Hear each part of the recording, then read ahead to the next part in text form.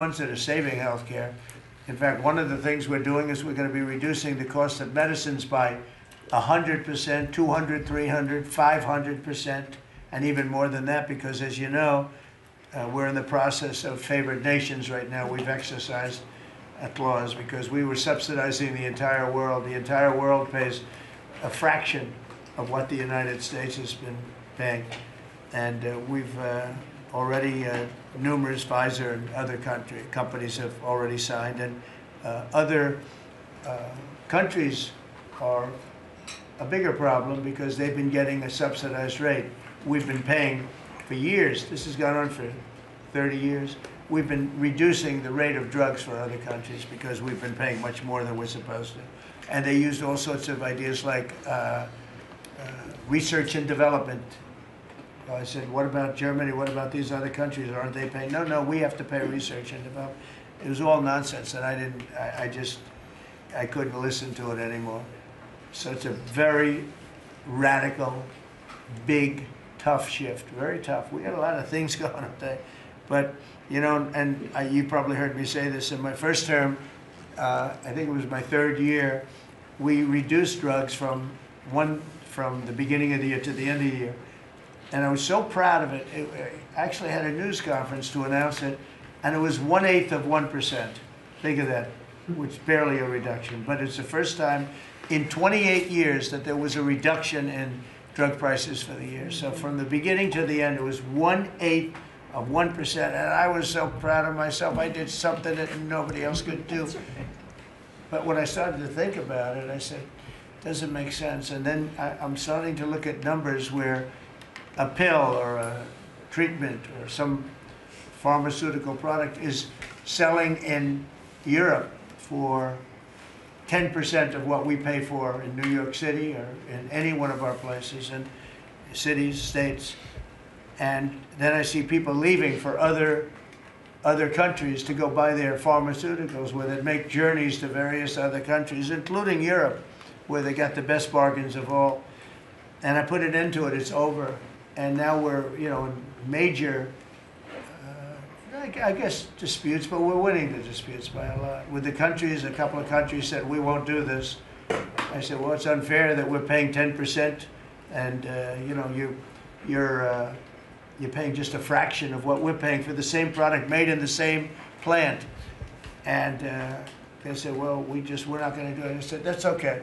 You don't have to do it. But I'm going to put a tariff of 9% or 7% or whatever the amount of money is, and I'm going to put a tariff on your country for the amount of money that you're taking advantage of us for. No, no, no, you can't. I said, yeah, I can do that. I'm going to do that. And they would immediately agree. And it'd make the tariff substantially more than the number we're talking about. And they would immediately agree. So we have the consent, I think, Bobby, of every country, essentially. They know that if they don't do it, we're going to put a tariff on for double the price, and then they're going to do it. So we never had that before. You never had anybody in here that knew what the hell they were doing, I'll be honest. It really it makes me angry. Because for years and years, and this started many years ago, and basically we subsidized the world. So this is going to have a huge positive impact on Medicare, Medicaid, even Social Security. But anything where there's pharmaceuticals, drugs involved, it's going to have a tremendous impact. So we're going to get drug reductions of 100%. I told you 1/8 of 1% that I was proud of myself. Now you're going to get 100%, 150%, 200, 300, 400, 500%. You're going to get the biggest drug reductions that you've ever seen. And they're already, I guess they're starting to kick in, but we've made deals with numerous companies and we're going for the full board. We want whatever the price is. So that would mean that the world price, because the world is bigger than the United States, a lot more people, but the world price will go up a little bit and our price will come down a lot. So if a pill sells for $10 in London and $100 here, the pill will go to $20 in London and $20 for us. It's pretty simple. And that is a number that nobody can even fathom. It's a little like tariffs. Nobody knew how big they were. Nobody knew until they started seeing the trillions of dollars that have come in. I don't know why they didn't understand it. It's something they should have understood. we were taken advantage of for years with tariffs. And now, I don't want to say we're taking advantage, but we've become a very strong country because of the money that's coming in. Republicans have voted repeatedly to pass a clean, nonpartisan bill to reopen our government. And remember, at the same funding levels, both parties have supported in the past. So the radical Democrats have chosen to put the economy of our country. We have the best economy we've ever had. We had the best economy in my first term, but we have an economy that's blowing it away. And we have the Democrats are trying to obstruct. They don't want to have a good economy. I don't think they want to have a good country. That's why they try and stop our law enforcement from doing what we did in Washington, D.C. Washington, D.C., we have a great, safe, beautiful capital right now. Beautiful. It's so safe. You can walk down the street. Numerous people standing before me were mugged. And you're not going to get mugged anymore. We have a safe capital, one of the safest. We took it from one of the most unsafe places to one of the most safe places in the country. And we also beautified it, and we're in the process of doing even more so. So we're very proud of our capital. Again, we were embarrassed by our capital. A lot of people being killed. They'd come from Iowa, Indiana, Florida. They'd come up, and they end up getting shot. They're not getting shot. We moved out 1,700 people approximately, right? Approximately 1,700 hardened criminals, career criminals. They moved them out. So Chuck Schumer and Hakeem Jeffries and the congressional Democrats are holding the entire federal government hostage. I will tell you, a lot of Democrats want to get this thing open too. They do. They're calling us, and they just want to get it open. And all we're doing is saying, just play the same thing until we get it straight. And they don't know how to go about it. I mean, and the problem is we really don't know who the hell is leading the Democrats. You have this AOC. I don't know her at all, but I watched her the other day. She said, well, if they want, they could come to my office. That's not leadership, you know. The only one that challenged her actually was Nancy Pelosi, and Nancy's not looking too good. I don't know what happened to Nancy, but she's not looking great. But she was the only one, I give her credit, she was the only one that challenged her. But AOC said that they can come to her office and negotiate, the Republicans. And we're saying, oh, I didn't know she was in leadership. But she's taking Hakeem Jeffries' place, and Schumer's afraid that she's going to run against him. And right now, I don't know, he can change, life is crazy, right? But right now he can't beat, I don't think he can beat anybody. So he'll lose in a primary. I would say he'll retire before he loses in a primary. So I think Schumer's going to retire because he can't beat anybody. His polls are so bad. Meanwhile, the Democrat shutdown is causing pain and suffering for hardworking Americans, including our military, our air traffic controllers, and impoverished mothers, people with young children, people that have to live not the greatest of lives. But we're doing so many tax cuts. We've cut their taxes. The great big beautiful bill, we've cut their taxes at levels that nobody's ever seen. I mean, no tax on tips, no tax on Social Security, no tax on overtime. It's been a great thing for a lot of people. They're doing great. Despite all of the damage that it's caused, the shutdown has been, you know, pretty damaging. I mean, it's not yet because it's early, but it gets a little bit worse as it goes along. And we'll be making cuts that will be permanent. And we're only going to cut Democrat programs. I hate to tell you. I guess that makes sense. But we're only cutting Democrat programs.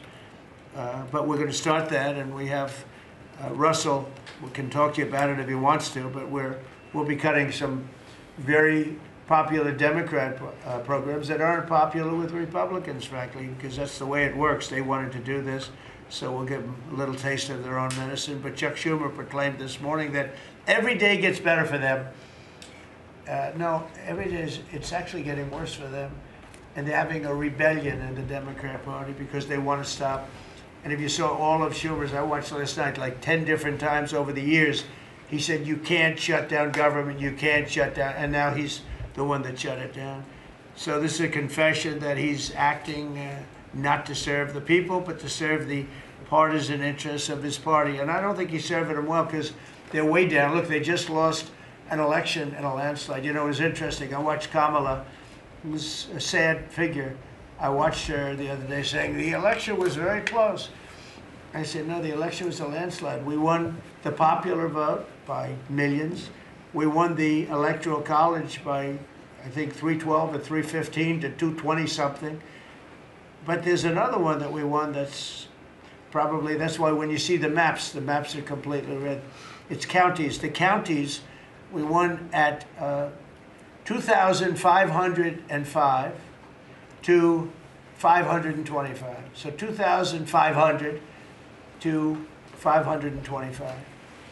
That's called one of the greatest, biggest landslides in history. And that's one that people are using now as a primary. But literally, when you see it colored in, the entire country is red, representing Republicans. So, you know, they go around, they just lie. They just lie. And everything's a big lie with them. Well, the other side, and the other thing I don't understand is, Christie, I looked at crime numbers in Chicago. They're through the roof. And I have a governor who stands up every day and tells us how wonderful Chicago is. It's just a lie. It's like a con job. It's like Gavin Newsom. He says how well he's doing in California, and they're doing terribly. Population's getting smaller. People are leaving. And other people are coming in. And, you know, I wouldn't say it's an even trade. While the other side is focused on playing games, the Trump administration is focused on creating jobs, bringing down prices, and we've really brought them down a lot. That's the other thing. We're bringing down prices a lot. We're bringing down grocery prices, but the big thing is energy. When you bring down energy, everything comes down, and the energy prices are way down. I see we're down to about $61 now a barrel, and what gasoline's going to be, I think gasoline's going to be below $2 at some point in the pretty near future. It's very low, much lower than it was under Sleepy Joe. And we're restoring law and order in our country. We're restoring it here, but we're restoring it right now. We're in Memphis. We're going to Chicago. We're going to other cities. Many governors are asking us to, including Democrats are trying to ask. I don't know what the big problem is. If I were a Democrat governor, I'd be saying, whatever you can do to get crime down, I'll take anybody. You can bring them in I don't care who it is. A lot of people said that. They interviewed women, these beautiful women in Chicago, black women with a MAGA hat, a red hat. They said, we don't care who he brings in here, but this place is really dangerous. We just want crime to stop. It's true. They don't care. You know, they don't differentiate between the National Guard and the Marines. They don't care. They'll take anybody. And that's the way it is. I mean, they want to see, they want what we did in D.C., they want to happen to them. And it's happening in Memphis already. It's still, I see in less than a week, the numbers are really good. And it'll be great, and we'll fix that. We'll go to various other places, and we're going to be stopping crime in our cities. And that's a great thing, and we won't get credit for it, but it's a great thing. We've launched a historic campaign to take back our nation from the gangs and the street criminals, violent repeat offenders, illegal alien lawbreakers, domestic extremists, and savage, bloodthirsty cartels. And very little, by the way, is coming in by water, in case you haven't known. The drugs aren't coming in by water. In fact, we can't even find any boats in the water anymore. We had boats, we were like a subway train loaded up with drugs. Every boat, every single boat that you see getting taken out kills 25,000 Americans. Think of that. Because it's, you know, it's pretty tough stuff, but it kills 25,000 Americans. So when you hear that, it's no longer tough. But here in Washington, we've deployed federal law enforcement and National Guard to restore public safety, and we're working to replicate that in numerous places all over the country. And we have a very powerful military. We have a very powerful National Guard. I want to thank the governor of Texas, who has been, as usual, great. Governor Abbott, he gave us 400 troops without even a question. And we have other governors likewise doing what has to be done, because they know we have to confront crime. We're directly confronting the sinister threat of left-wing domestic terrorism and violence, including the terrorist group Antifa. You saw that yesterday. We had a news conference. Antifa's out of control in Portland and other places, but mostly Portland in the case of Antifa. And we had people that were really badly affected by them. It was terrible. So one of those things, but we're knocking the hell out of them. And we're looking for the people that are funding them, and those people are going to be just as guilty as the people that smack people over the head with a baseball bat. And I'd like now to ask Attorney General Bondi and Secretary Noem to discuss this a little bit and tell where we are. And then we'll go around the room. We'll go quickly. We're going to go quickly if we can because we have a lot of things to do, including I won't be spending that much time here because I'll be leaving fairly soon for the Middle East. And I'm very honored to be involved with that, I'll tell you. It's a great thing for our country. People are so happy about it. I've never experienced anything quite like it. I've never seen such universal praise for being able to do something. No, it's something that nobody thought was possible, and we're going to end up having peace in the Middle East. Who would have thought? So, Pam, could you start, and then Christy, please. Sure, President Trump, and despite the Democrat shutdown of our government, our law enforcement officers are out there working without paychecks, round the clock to keep and make America safe. Secretary Hegseth and I were recently in Memphis. We had 1,100 law enforcement officers in one room with us. The Memphis PD, they were the happiest to see us, don't you think, Secretary Hegseth, of anyone. We had ATF, DEA, FBI, U.S. Marshals. I'm not sure if our park police were there. We had Treasury, Secretary Bessent, and of course we had Secretary Noem's Homeland Security, all working together with the Guard. They were so happy to have us there. We've been making arrests left and right. So far, we made 562 arrests and seized 144 illegal guns, just in the short time we've been in Memphis. And many of these people are career criminals. And when you take them out of a place, your crime rate just goes down. These people commit crimes every single day. They're sick. And we're taking them out. In some cases, we're bringing them back to their countries where Biden allowed with the stupid open borders that we had in our country to come in. But they're being brought back to other places or they're being put in jail, but they're career criminals. President Trump, last night alone, we made 91 arrests, 19 firearms off the streets, and one was a warrant for a homicide, and 4 sex offenders who had active warrants. One was a sex offender on a child. Everything we did in Memphis was worth it, in my opinion, for that one arrest. Think about that. We got a child rapist off the streets, but yet we've made 562 arrests and still going strong in Memphis. Just what we did in D.C. But it's because it's all of us. It's a team working for you to make America safe all together, round the clock. Thank you very much. Thank you, Pam. Thank You're doing you, a great President job. Trump. And it's amazing that we're not getting cooperation from Democrats. It's like, it's a new issue. You know, we have all the old issues of the wall and the border and all of the things, men playing in women's sports they still want that, transgender for everybody. All these issues are so crazy, but we have a new one. It's called crime. We stop crime and they allow crime. They want crime. It doesn't make sense. I think it's as ridiculous as the other things that we talk about all the time. But I've added it onto our list, a 5-letter word called crime. We stop it, and they actually incite it. It's crazy. You would think they'd want them. You'd think they'd want Christy and Pam and all of the people. If we needed the military, Pete will be there. We've got a massive military. We have the best numbers we've ever had for recruitment. We have a lot of people now. We have people that can't get into them. In a great economy, they want to be soldiers again. A year ago, they didn't want to even think about it. Same thing as with police and firemen, everything. They want to join. They're proud of our country again. Christy, go ahead, please. Well, sir, thank you for your leadership and for deploying all of government to help us keep our country safe. You have talked extensively about how threatened our ICE officers are, but all of our law enforcement out there. And we saw the shooting in Dallas at that facility, so we're hardening all of our buildings and making sure that we have more security measures, snipers on the roof, people to protect our law enforcement while they're out there on the streets. But what I'm also doing, sir, is, and with your authority, is we're purchasing more buildings in Chicago to operate out of. We're gonna not back off. In fact, we're doubling down, and we're gonna be in more parts of Chicago in response to the people there. And then I was there a few days ago and looked at some facilities that we can deploy more law enforcement out of.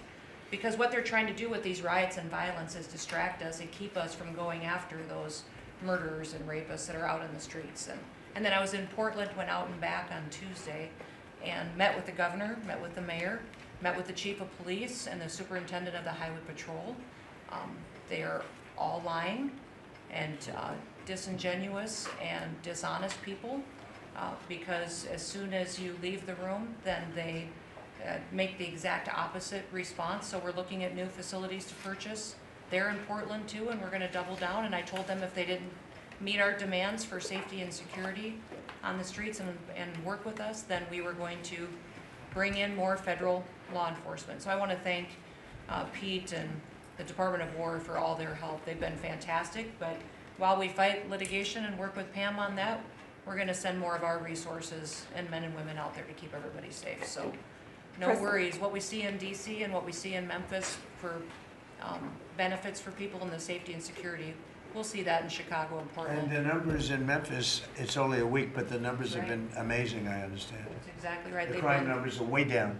fantastic, and it shows what a partnership can be between local law enforcement and the federal government. And if we have to do it the hard way in Portland and Chicago, we will. All right. But the people That's demand fine. And the President safety. Trump, my lawyers are in court right now as we speak for you, arguing in Chicago and Portland to keep them safe, to bring in the guard. The government doesn't want it there, but we do. We're going to keep their citizens safe, thanks to The you. people want it. I don't understand the politics of it. I don't understand why Pritzker is trying to protect people that are They're more really scared bad. of, they're more scared of the anarchists that are on the street and the politics of it than they are of doing the right thing. I think they're afraid. Yeah, I they think are. they're They're threatened. They don't tell us, but I think Pritzker's threatened by people. 'Cause there's no other reason that this could be possible, that they don't want to have a safe Chicago. And we can solve the problem very quickly. And we're doing that anyway, regardless of if he doesn't want it or if he does want it, we're doing it anyway. So make sure. I asked the mayor that himself. He said that Portland was perfectly safe, a beautiful city, no problems. And I said, well, why did you clear the streets for me today then and build out a 4-block radius to make sure I could get in and out of here? And these people on the street screaming death to ICE. There's graffiti that says Molotovs melt ice. We have the guillotines. We're going to use them. The Portland's things that- almost different. It's like anarchists. It is. It really You know, is. it's really different than a lot It's of the awful. others. This is a sick situation, but those are anarchists. Those are people that want to overthrow government. They're really degenerates. And we're finding out who is supplying all of those beautiful signs and everything Well, else. Scott's been fantastic. His team finding the financial networks is great. That's what Okay, gives Scott, everybody. Scott will do that. That's easy for Scott. We got a great team, sir. That's good. How about we go to Marco? You can talk a little bit about what's going on and Well, go ahead. yeah, Mr. President, I don't know if one day perhaps the entire story will be told about the events of yesterday, but suffice it to say, it's not an exaggeration that none of it would have been possible without the President of the United States being involved.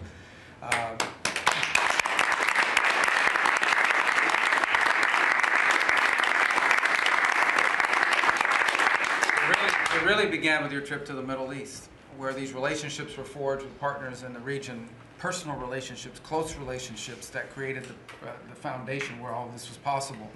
Where I think this really took a turn. Remember, a month ago, no one thought this was possible. Where it really took a turn about a month ago, less than a couple weeks ago, is when we were at the United Nations and you convened a historic meeting, not simply of Arab countries, but of Muslim-majority countries from around the world, including Indonesia was there, Pakistan was there, and created this coalition behind this plan. Then on that following Monday, you met with the Prime Minister of Israel here, and that plan was presented. And then, of course, our great negotiating team followed up on it. In the interim, again, perhaps the stories will be told, perhaps they will never be told.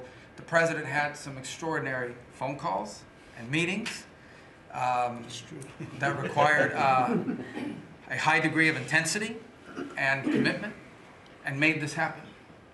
And I think what's important to understand is that yesterday what happened was really a human story. There's a geopolitical aspect to it, there's no doubt about it. It creates the conditions for Gaza to one day be a normal place again and people to have a better life and Israelis to be safe. But yesterday was a human story. And because of the work you put in, and honestly, not only is there no other leader in the world that could have put this together, Mr. President, but frankly, I don't know of any American president in the modern era that could have made this possible. Because of the actions you have taken unrelated to this and because of who you are and what you've done and how you're viewed. And this weekend, because of that, at some point very soon, we are going to see 20 living human beings emerge from the darkness into the light for the first time in 2 years. And that is because not only were you used the credibility and the power and the prestige of this office and the relationships you created, and you committed yourself to making it happen. And I think it will go down as a historic moment in the history of our country, and something our country should be very proud of, that we have a president that's committed to not just peace, but to the human aspect of reuniting these families. My last point on this is just a couple days ago, Secretary Lutnick hosted us all, many of us, at the Kennedy Center. And we have these families, we've interacted with them for so many years, for 2 years now. And the stories are heartbreaking, both whose families are alive and those who are deceased as well, who want their relatives back so that they can complete the process of grieving. And we had all hoped that perhaps that was the day that we would have an announcement for them on the anniversary of the 7th. But I know you were able to speak to some of those families last night. And I just hope the whole nation understands how incredibly proud they should be of their president and of their country for the role that they've played. And I don't want to let this moment pass, Mr. President, without also noting the incredible work of Steve Witkoff and Jared Kushner. Yeah. They're an incredible team working together, facing some substantial impediments to even being there this weekend and doing it.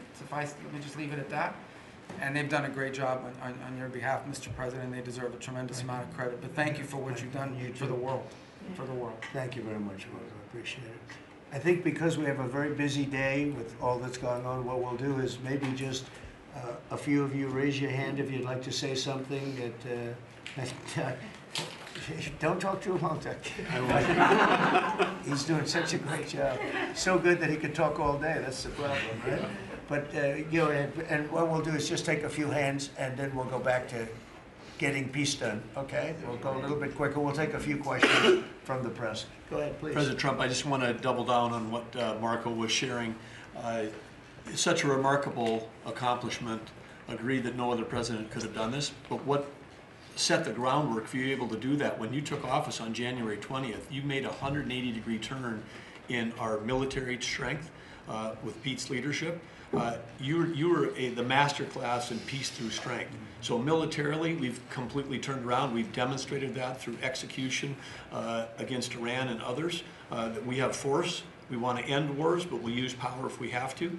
And then secondarily, peace through strength is also the prosperity, having the strongest economy and being willing to wield the power of a tariff in addition to the military power to reorder the globe. Those two things that you're standing on, both economic power and military power, allowed these negotiations to go forward. And I think as you've described the importance of these economic negotiations and all the trade deals, but that also begins with another 180-degree turn, and that was the 180-degree turn on energy. You have used energy diplomacy to bring prosperity to the American people, and you've used it to bring peace abroad. The combination of those three things have been remarkable, and now we're seeing the remarkable result. And we got one more that I know you want to end with Russia and Ukraine. Energy is going to play a key role in that, and now with this historic agreement, we're in a position working with the Middle East to also end the Russian-Ukraine conflict. So again, congratulations. Thank you very much, Nick. I appreciate it. Maybe I'll go to you for a second. You can just cap out what he said about the military, how well we're doing, and how big it is, and how strong it is. Mr. President, you're exactly right. At the War Department, you don't get peace without strength. And our job is to be the strength part of the equation and deliver that when necessary, as you demonstrated with your Order of Midnight Hammer, and the entire world saw. And I just want to echo what Marco said. It is a personal honor to be able to witness the way you lead and negotiate. I wish people had a full understanding of what that looks like, that historic nature. A lot of us vets, the Vice President, Tulsi, Lee, Doug, probably after decades of war and the chaos that was unleashed through reckless and foolish American policies, never thought this kind of peace would be possible. Yet, with your strength, with your ability to wield trade negotiations, personal relationships, to open up that opportunity is truly historic on the world stage. And it creates a whole number of other cascading effects. And watching Marco and the Vice President and Steve and Jared, the CIA director, everybody come together to make it happen. You've formed a phenomenal team, Mr. President. And at the War Department, our job is to make sure if and when there's question about American commitment, the whole world knows we've got the biggest, strongest, most lethal, and most ready War Department in the world, which is true, which is why we saw record recruitment in 2025, Mr. President. The first 2 weeks of 2026 already blows that out. FY 2026 already blows it out of the water. In fact, re-enlistment has already met its year-long goal in the Marine Corps in 2026. 2 weeks. Okay? You can't, there's no other way to create that kind of love and enthusiasm than with your leadership, sir. And it is an honor to work with Pam and with Christy and the cities across the country to make sure American citizens and law enforcement are protected with our National Guard. That's a core mission. And last thing, Mr. President, on the southwest border, the first group that rotated in to lock down that border to 0 crossings is now rotating out. And with a new border medal, the Southwest Border Medal, or it's actually called the Mexican Border Medal, revived from 1918, that will be pinning on their chest. So thank you for renaming the department, and we're trying to live up to it every day. Thank you, sir. I mean, think of this. We have record numbers of recruitment. 1 year ago, there were stories, front page stories, that we couldn't get anybody to join the Army, Navy, Air Force, Marines, Coast Guard. My beautiful, I call it our beautiful Space Force. I love our Space Force. It's turned out to be very important. But we couldn't get anybody to join. Nobody wanted to join, including our police and fire. They didn't want to join anything. Recruitment was embarrassing. We couldn't get anybody. And now we're brimming. Now it's, and they're getting in based on merit now.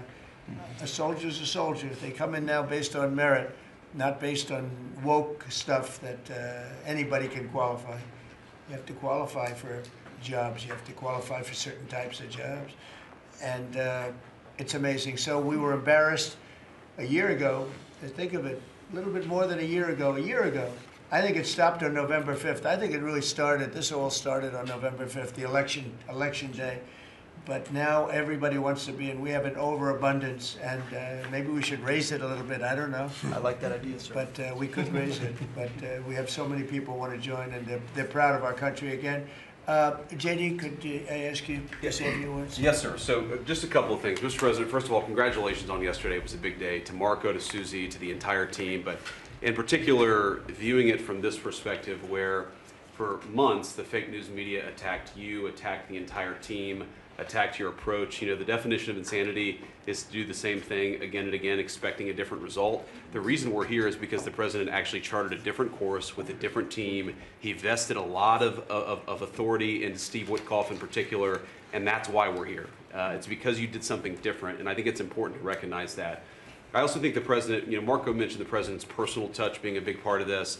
You know, the one thing I would say is obviously the president of the United States, a New York real estate billionaire, one of the most famous New Yorkers in the world, has a lot of interaction with a lot of people who are very pro-Israel. I think that was an important set of experiences and life experiences that he brought to the table. He also, of course, knew one of the most famous Palestinians in the world, Chuck Schumer, and I think without that background of knowledge, it would have been impossible to get us to this point.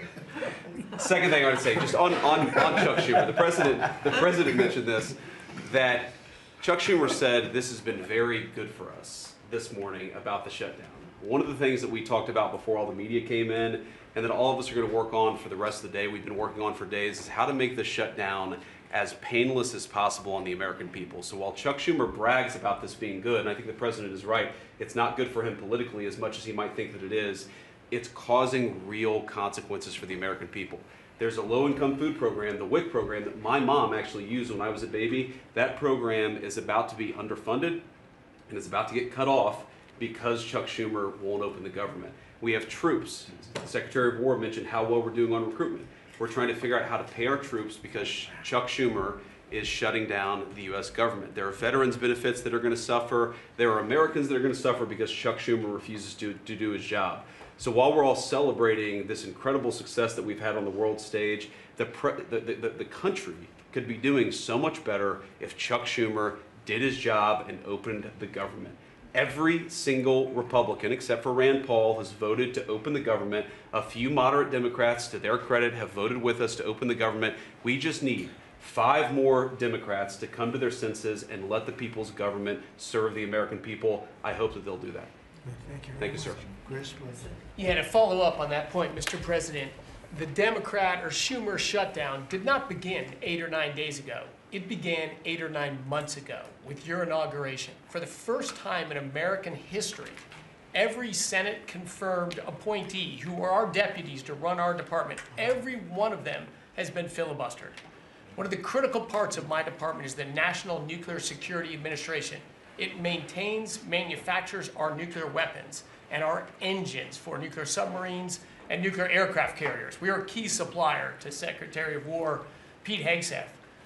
They filibustered, the Democrats filibustered the leader, the administrator of the National Nuclear Security Administration, would not let him come into my department until the Republicans 2 weeks ago changed the Senate rules so they could confirm him and we could have a leader.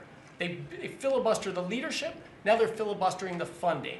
In the next 6-7 days, we're going to run out of funding, and the retooling of our nuclear stockpile, the ultimate guarantor of our sovereignty, is going to be underfunded, and we're going to have to slow down and creep to a crawl these efforts. Just incredibly irresponsible for Schumer to worry about his own reelection and not the 340 million Americans that count on the efforts of our military and all of our departments. It's truly offensive, and we need to bring it to an end as soon as possible. Let's open the government Thank you back up. very much. And you're doing a great job. Thank you very much. Bobby, did you want to say something? You got a lot of things happening. A lot of things. A lot of very positive things, actually. Mr. President, I'm glad you're getting bipartisan accolades on the Mideast Peace Agreement. You should also get bipartisan accolades on the MFN agreement. It is an historic agreement that's going to benefit every hardworking American. It's going to lower the price of drugs for every American.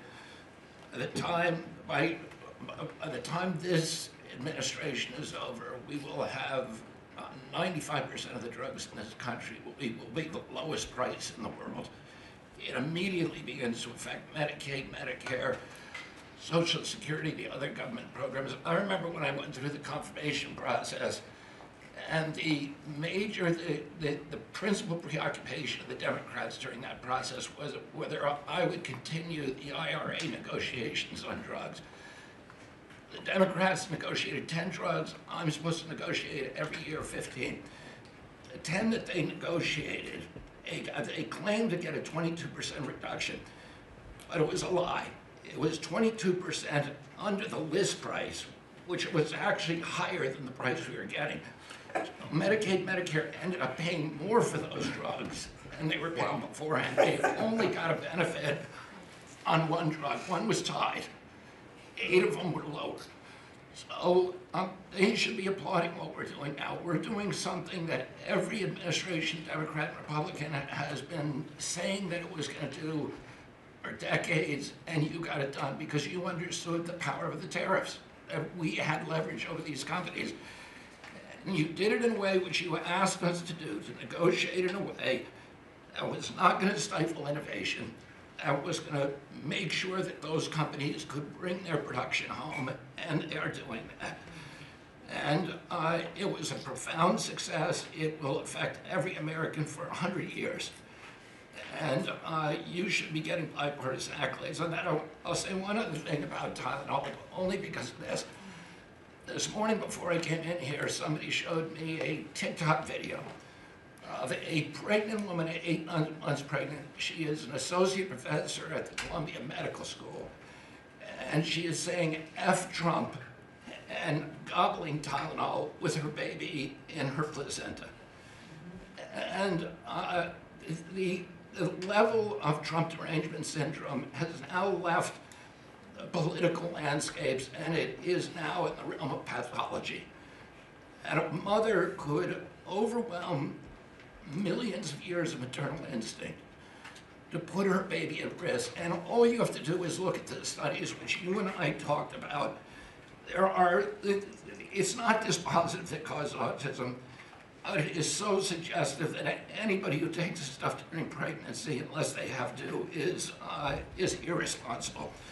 There are 15 rodent studies. Every one of them shows if you give it to the mother, the babies, and particularly the male babies, have profound neurological and behavioral changes.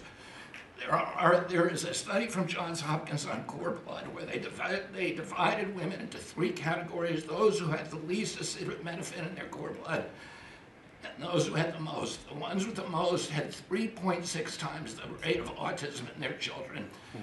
The middle category had 2.2 times, so it's a dose-related response. And there are dozens of studies that show the countries that use the most have the highest level of autism. Cuba has the lowest level in the world of acetaminophen use, and it has the lowest autism rate in the world. So this is not dispositive. It is not proof. We're doing the studies to make the proof. But in the meantime, the precautionary principle should apply, and any mother who is taking this stuff during pregnancy just to get back at Donald Trump is doing something that is pathological. And we're seeing that across the board. I got a lot of other stuff to talk about, but I know we got a short time here. But thank you, Mr. President. You're making our country healthier again. Thank you, Bobby. Could you just say, for the record, state what the autism was, let's say, 20 years ago and what it is today? In 1970, the largest epidemiological study in history was performed. 900,000 kids were looked at. They were looking for autism in Wisconsin children. They looked at every child in Wisconsin who was 8 years old. They found an autism rate of 0.7 per 10,000. So almost close to 1 in 20,000, less than 1 in 10,000. Today, the autism rates are nationally 1 in 31, but it's actually much worse than that because California, which has the best collection system, reports an autism rate of 1 in every 19 children, 1 in every 12.5 boys.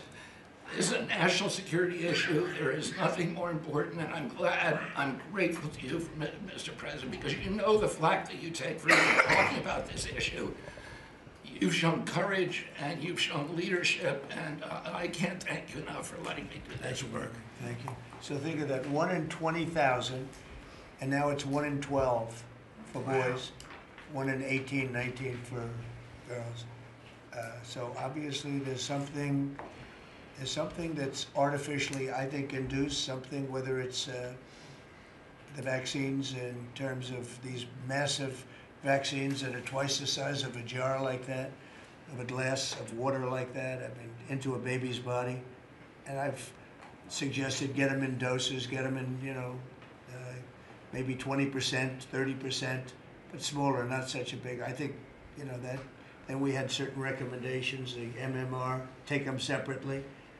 The measles is already separate now, and it works out much better, but there doesn't seem to be any impact if you take it separately. If you take it as a combination, it's not so great.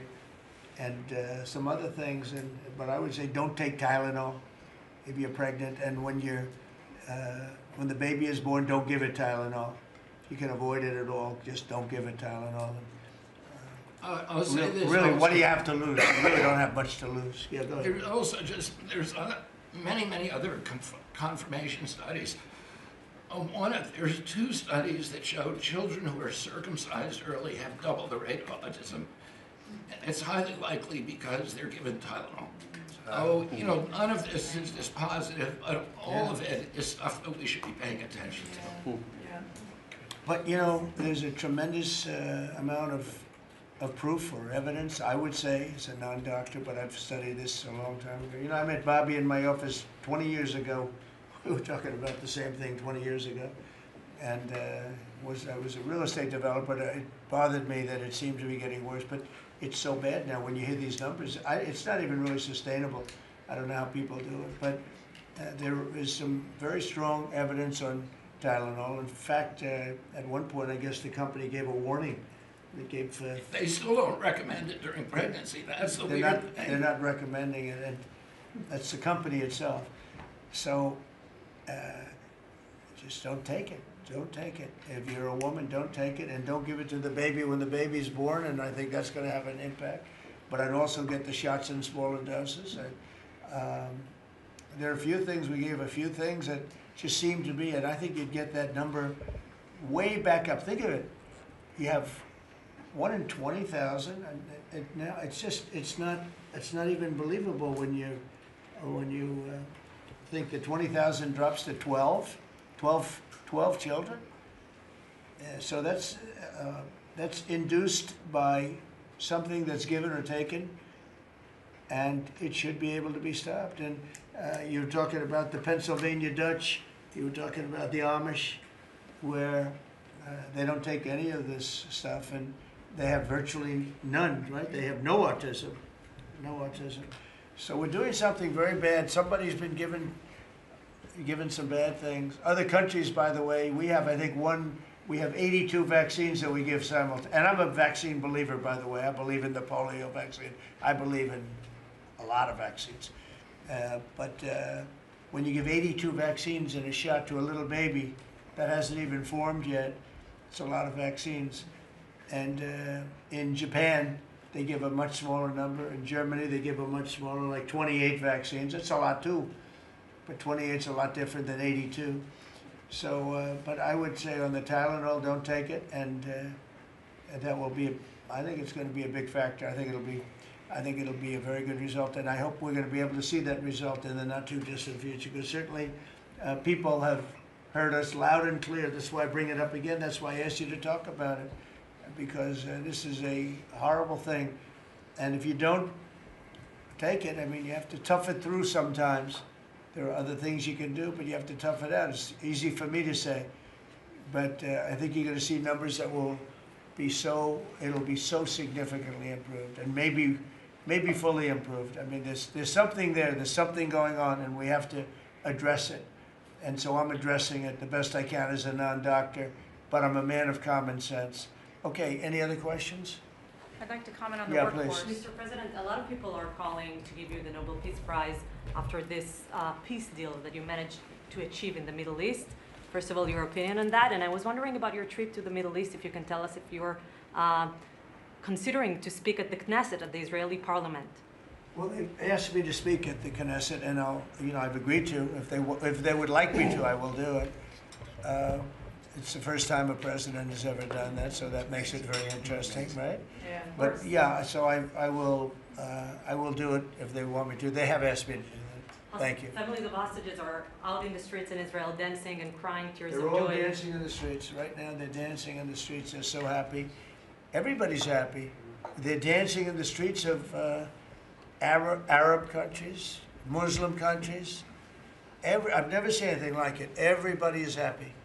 It's been really amazing. Thank you. President Trump, on the international peacekeeping force that's going to deploy to Gaza soon, do you expect that Pakistan, Turkey, other countries to contribute forces? Has that become firmed up? And also on the shutdown, it seems like in the House there's a majority support for a temporary extension of the Obamacare subsidies, perhaps minus the funds for illegal immigrants. Is that how you see the deal to end the shutdown happening? Well, I see the deal just getting extended as we continue to talk, but we're willing to pay because we're paying. You know, it's very simple. We're paying. And the Democrats are the ones that cause this problem. And it's a big problem for them, and they have a lot of break in their ranks. But so I see that, you know, I think that'll get worked out. But we want to get back before we do this. We don't want to have a gun held to our head. We don't like that. And the public doesn't like it either. So we want to get back. And I think it's going to work out. I think it's going to work out very well. It's something that shouldn't have happened. This was supposed to take place before the election. You know, this was supposed to take place on September 28th before the election. We shouldn't even be talking about this right now. This is actually something that shouldn't have even happened. Yeah, please. Mr. President, looking ahead, what guarantees Hamas disarms and that Israel doesn't resume bombing once the hostages Well, are the first released? thing we're doing is getting our hostages back, okay? And that's what people wanted more than anything else. They wanted these hostages back that have lived in hell like nobody has ever even dreamt possible. And after that, we'll see. But they've agreed to things, and I think it's going to move along pretty well. But what is phase two? When does it I'm not begin? going to talk about that because you sort of know what phase two is, but there will be disarming, there will be pullbacks, there will be a lot of things that are happening. You know, I gave you a whole list of 22 different things that will take place. And I think it'll take place, and I think you're going to end up with peace in the Middle East. But we have to get our hostages back. And we weren't going to do it at the end. We're going to do it at the beginning. We said we want them at the beginning. We're not doing it. You know, we got the hostages back. We did, as a group with Steve Jared and Marco and me and all of us, we got the hostages back. We got many of them back. Many, unfortunately, were dead, but we got many back that are now living with their families, with their parents in many cases, and with their husbands, families, wives. Many of them, they celebrate all over. They're the ones that are celebrating the loudest. They're all over. There are a lot of them that we got out. But the last 20, and I always said the last ones are going to be the most difficult, but it's been a very big deal, getting the hostages out, but the rest is going to take place too. And can you promise Palestinians they will be able to stay? Well, they know exactly what we're doing. We're going to create something where people can live. You can't live right now in Gaza. The place is it's a horrible situation. Nobody's ever seen anything like it. So yeah, we're going to create better conditions for people. Yeah, please. Mr. President, excuse me, what kind of security guarantees is the United States going to make for Gaza? Well, we're going to work with very wealthy countries that love people, frankly. I know them very well. They love people, but they love Arab people, and they love Muslims, and they love, I think right now they love everybody, and they're immensely wealthy, and they're going to be involved in putting up money, and for them it's a small amount of money. For somebody else it's a large amount of money, but these are the wealthiest countries in the world, and they'll be very much involved in making it as good as possible. And what's your take now on a two-state solution, sir? Just to follow up on that. What is your view now on a two-state solution for the... I don't have a view. I'm going to go with what they agree to. Mr. President, given that there are some tough provisions for Israel in this agreement, are you at all concerned that Bibi Netanyahu may not continue in his post? He may be deposed. That Bibi may go a little bit out of whack? That he may no longer be prime minister when this is over? Look, that's politics. It could be. I don't know. I think he's very popular right now. He's much more popular today than he was 5 days ago. I can tell you. Right now, maybe people shouldn't run against him. 5 days ago, it might not have been a bad idea. No, Bibi's become. This has been a very good thing. I don't think he did it for that reason. Okay, but I think just looking as an analyst would look at this, I think Bibi should be very popular right now. Yeah, please. What will happen if Hamas says that it cannot locate or was not able to find all of the deceased hostages' bodies within the time frame? Well, we'll have to see. I think that's going to be, it's largely been answered. We know where most of them are. Actually, the bodies are a bigger problem because some of the bodies are going to be a little bit hard to find. It's a terrible thing to discuss even, but you understand, we're all people, we're grown-ups, we understand life. Nobody can understand this stuff because this could have taken place, but we have the hostages for the most part, and so I don't think it's going to be overly big. The situation with the bodies, they say 28. Some are going to be a little bit hard to find, but we're going to do the best we can. Yeah, please. If they don't find them within the time frame. Please. Thank you, sir. Regarding Jared Kushner's role in the negotiations, can you explain a little bit about why he came on at the last minute? And then in regards to the WIC program that the Vice President mentioned, do you know when the funding that you promised through the tariff revenue will actually go through to communities? Because there's reports that WIC providers are actually starting to close down today. Well, okay, let me just answer the Jared. So Jared's a very smart guy. He did the Abraham Accords. As some people say, the Abraham, which I love the way that sounds, but he did the Abraham Accords. It was a great thing. 4 big countries joined. If I were president, if the election would have been a correct election, which it wasn't, you'd have every country in there. Maybe even Iran would have been in there, frankly. But you'd have every country in. Now, by the way, that's going to be filled up rather quickly. People want to join the Abraham Accords. And I put Jared there because he's a very smart person, and he knows the region, knows the people, knows a lot of the players. And the combination of him and Steve Witkoff and Marco and Cooper, who is, as I hear, has been fantastic, and others that were involved. JD was very much involved. I mean, we had a very smart group of people working. We had a lot of different players, different countries, and very diverse countries, very different from each other. They had certain things in common, but they had a lot of things, mostly things that were not at all common to their countries. So we had a very smart group of people. These are high IQ people. Okay, I talk about how many low IQ people we have in our government. We got some real low ones, but some shockingly low. But these are very high IQ people, and that's what we want. I like high IQ people. Yeah. Mr. President, thank you. Can I ask you about the China? You're meeting with President Xi. The Chinese have now set to put in new export controls on rare earth minerals, and they've stopped buying soybeans from the U.S. What do you hope to get out of that meeting now with President Xi? Well, we'll see. I mean, I just heard this a little while ago before we came in, so I haven't been briefed on it. The export. I mean, look, we have the ultimate export. We have import, and we have export. We import from China massive amounts, and maybe we'll have to stop doing that. But I don't know exactly what it is. Neither do you. Neither does anybody. It's a little bit soon. I just heard about it. So Scott and Howard will figure that out, and I'm sure we'll be able to handle it. Can I ask you about the soybeans? What is the plan to help farmers? Is it direct checks? Is it tax? Have you sorted that out yet? Well, what happens with soybeans is we're going to see more and more, I think, opening up, and part of the reason that we'll be he's got things that he wants to discuss with me, and I have things that I want to discuss with him, and one of the things is soybeans. I had a great deal with China where they would buy $50 billion worth of our farm product and manufacturing and other things, but farm product. And it was going along well. Then when the election turned out to be a rigged election and we had the wrong guy get in there, he didn't do anything about it. I used to call up President Xi every 2 weeks, or I'd call up people in China, say, you got to keep going, you're not buying the amount that you agreed to. And this went on for, ever since we signed the agreement. It was a great agreement. So they used to do 15 billion, and I got it up to 50 billion, 50, and it was great. Then when Biden got in, they just never adhered to the agreement, and nobody in Biden's group, as you can imagine, did anything about it. So it just sat there for 4 years, and they didn't adhere to the agreement. And we, it's hard to go back after 4 years of nobody calling them, but I used to call them every 2 weeks. I'd say, you're a little low, or I appreciate it. Oftentimes I'd say, thank you very much. You are totally adhering to the agreement.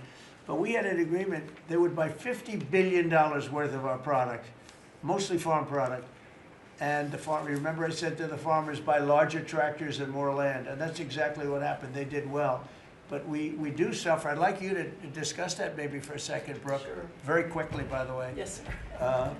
But would you just talk about how Biden let us down? Biden, every single thing, every problem the farmer has is because Biden didn't do anything for 4 years. Go ahead. No, I think that's right. This president has been unequivocal in his support of the farmers. First of all, in term one, we worked on it so hard and opened up markets, but especially this term. But here's what everyone has to understand. The farm economy is in a very uncertain time. But that isn't because of the current trade negotiations, although certainly the China part is part of that. But we inherited a slew of issues. First of all, as the president said, when we left Trump 1, we had an agriculture trade surplus. When we came back for Trump 2, it was a $50 billion ag deficit. That isn't everything, that's just agriculture. The second part is the cost of inputs for our farmers increased on average between 30 and 38%, but that includes fertilizer, it includes fuel, it includes interest rates, it includes labor.